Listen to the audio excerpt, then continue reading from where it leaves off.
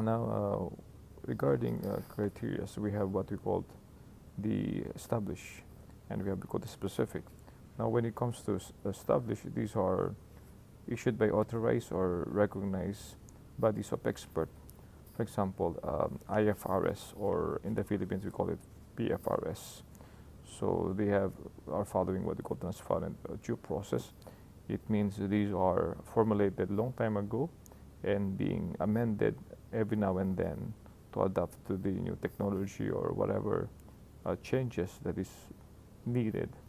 So these are we call established criteria. And then we have the specifically developed criteria which are designed for the purpose of the engagement.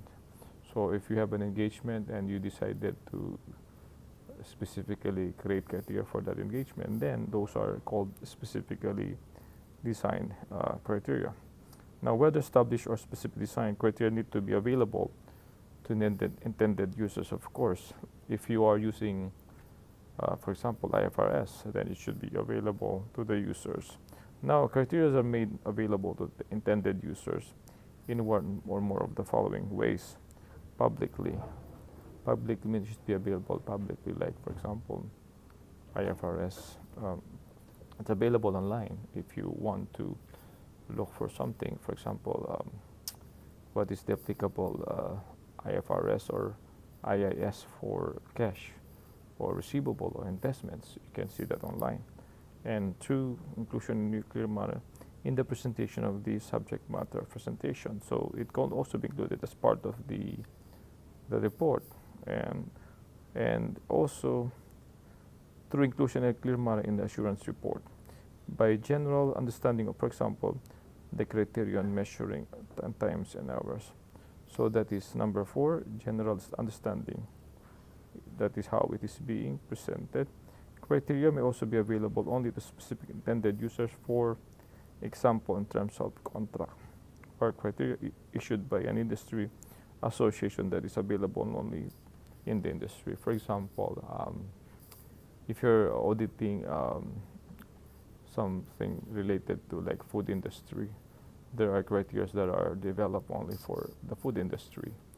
So these are specifically criteria and available only for those within the industry.